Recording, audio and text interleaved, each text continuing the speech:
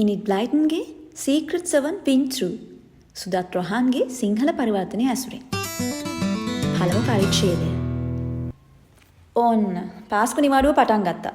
ඇත්තමයි මන්නම් හිතුවේ අපිට කවදාවත් නිවාඩුවක් නම් ලැබෙන්නේ නැති වෙයි කියලා. ඔයාට එහෙම හිතෙන්නේ නැද්ද ජනත්? පාසල් නිවාඩු කාලය ලැබීමේ ප්‍රීතියෙන් තම සහෝදරිය දෙසට හැරුණු පීටර් එහෙම කිව්වා. ඇයි නැත්තේ? මටත් එහෙම හිතුණා. මොකද පහුගිය පාසල් වාරේ ගොඩාක් දිග එකක්. එක දිගට ඉගෙනගෙන මට නම් එපා වෙලා හිටියේ. මොනවා වුණත් දැන් නිවාඩුනේ. අද වගේ නිවාඩු දවසක ඔයාට සතුටු හිතෙන්නේ නැද්ද පීටර්? ඇයි නැත්තේ ජනට්? මගේ හිතේ තියෙන සතුට කියලා නිම කරන්න බෑ. මේ සැරේ දිග නිවාඩුවක් ලැබිලා තියෙන හින්දා අපිට ගොඩාක් විනෝද වෙන්න පුළුවන්. සතුටින් පීටර් එහෙම කියද්දි ජනට් මෙහෙම කිව්වා.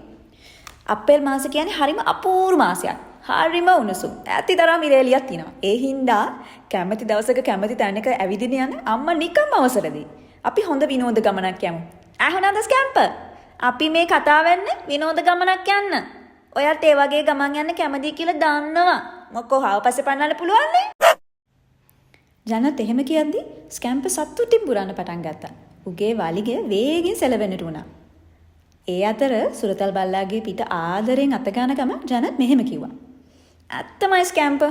ඔයා තමයි මේ ලෝකේ ඉන්න ලස්සනම බල්ලා. ඔයාගේ ලස්සන කන් දෙකට තමයි මං වැඩියෙන්ම කැමති. ඒක නෙමෙයි. අපි නිමාඩුවට ගෙදර ඉන්න එකට ඔයා කැමතියි කියලා මං දන්නවා. එහෙම නේද ස්කැම්පර්?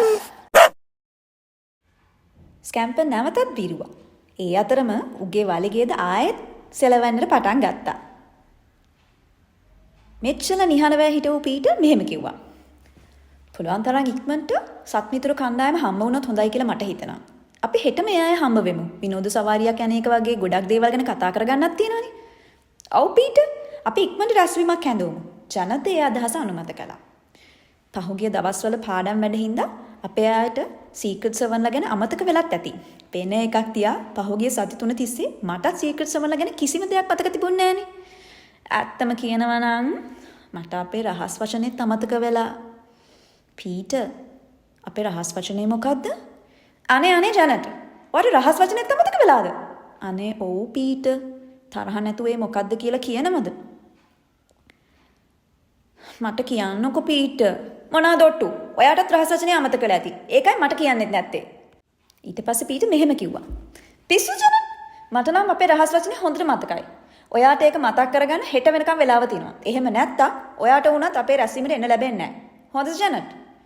කෝ ඔයාගේ බැජ් එක කිසිම සැකයක් නැහැ. ඔයා ඒකත් නැති කරගෙන ඇති. නෑ, බැජ් එක නම් මගේ ළඟ පරිස්සමට තියෙනවා. හැබැයි අනිත් අය නම් සමහර විට බැජ් නැති කරගෙන ඇති. අනික අපි සෑහෙන කාලෙකින් හම්බුනේ නැති හින්දා ඒ අයට හැම දෙයක්ම අමතක වෙලත් ඇති. ජනට් එහෙම කියද්දි පීටර් කිව්වේ මෙහෙම දෙයක්. අනිත් අයට රැස්වීම ගැන කියලා ලියුම් යවුවොත් හොඳයි කියලා මට හිතෙනවා. ජනට්, ඔයා ගිහින් කොල කැලි ටිකක් අරන් එන්නකෝ. ලියුම් ලියන්න ඔයාට පුළුවන් නේ? ඒ වුණත් පීටර්, අද තමයි අපේ නිමාඩුව පටන් ගත්තේ. ඉතින් විනෝද වෙන්න තියෙන මේ වගේ දවසක මේසේ ළඟ වාඩි වෙලා ලියුම් ලියන්න මං නම් කැමති නෑ. හැබැයි ඔයාත් මට උදව් කරනවා නම් ඉතින් මං ලියන්නම්. ඊට පස්සේ පීටර් මෙහෙම කිව්වා. එහෙම නෙමෙයි ජනට්.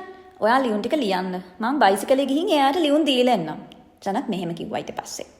අනේ ඇත්තටම පීටර් ඔයා වගේ මෝඩේ. බයිසිකලෙන් ඒ අයගේ ගෙවල් වලට යනවා නම් අපේ රැස්වීම තියෙනවා කියලා කටින්ම කියන්න පුළුවන් නේ. එතකොට ලියුම් ලියන්න මහන්සි වෙන්න ඕනේ නෑනේ. පීටර් මෙහෙම කිව්වා. ඔයා කියන කතාව ඇත්ත ජනත්. හැබැයි අපි මේ පණිවිඩේ කටින් කියනවට වඩා ලියුමකින් දන්වන එක තමයි ගොඩක් හොඳ කියලා මට හිතෙන්නේ. අපි කීයටද හෙට රැස්වීම තියන්නේ?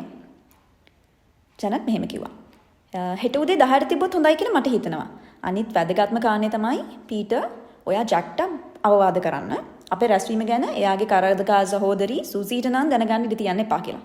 බැරි වෙලාවත් සුසී මේක දැනගත්තොත් අපේ ගබඩාව ළඟට අවිල්ලා පුදුම විදිහට වදයක් වෙයි. ඊට පස්සේ පීටර් මෙහෙම කිව්වා. ඔව්, මම ඒ ගැන ජැක්ට කියන්නම්.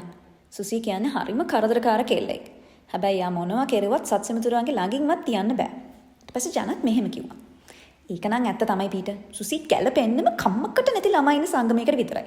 හැබැයි යා හැම වෙලේම උත්සාහ කරන්නේ අපේ සත්සමිතුරුන්ගේ සමාජිකාවක් වෙන්න. මොන තරම් උත්සාහ කෙරුවත් ඒකට නම් ඉඩක් දෙන්න හොඳ නැහැ. පීටර් මෙහෙම කිව්වා. ඒක කොහොමදවත් කරන්න බැරි වැඩක් නේ. මොකද අපේ සංගමෙට ඉන්නේ 7 දෙනයි.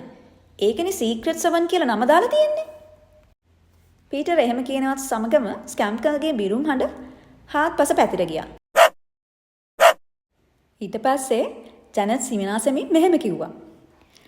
ස්කැම්පර් කියන්නේ එයත් අපේ සමාජිකයෙක් කියලා. ඔව් ස්කැම්පර්. ඔයත් අපේ සමාජිකයෙක් කියලා අපිට අමතක වෙලා නෑ. ඔයා අපි කරන හැම දෙයකටම සහභාගී වෙනවා කියලා අපි දන්නවනේ. ඒ අතර පුටුවෙන් නැගිටින පීටර් මෙහෙම කිව්වා. හරි. මම බයිසිකලේ අරන් එන්න. ඊට පස්සේ මට පුළුවන් බයිසිකලෙන් ගිහින් මේ ලියුම් ටික බෙදලා එන්න. මම යනවා ජනන්. අපි පස්සේ හම්බෙමු. යන්න ස්කැම්පර්.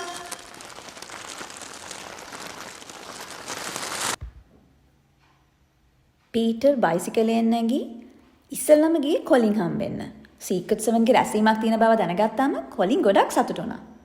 නියමයි පීටර්. හෙට උදේ 10ට නේද රැස්වීම? මම වෙලාවට එන්නම්.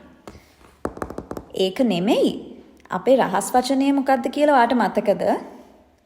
කොලින් එහෙම අහද්දි පීටර්ගේ මොකට නැගුණේ සරදම් හිනාවක්.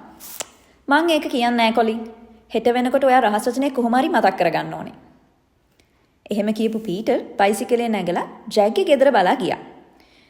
ජැක් ඒක වෙනකොටත් බයිසිකලේ රෝදෙට හුලම් පුරවමින් හිටියේ.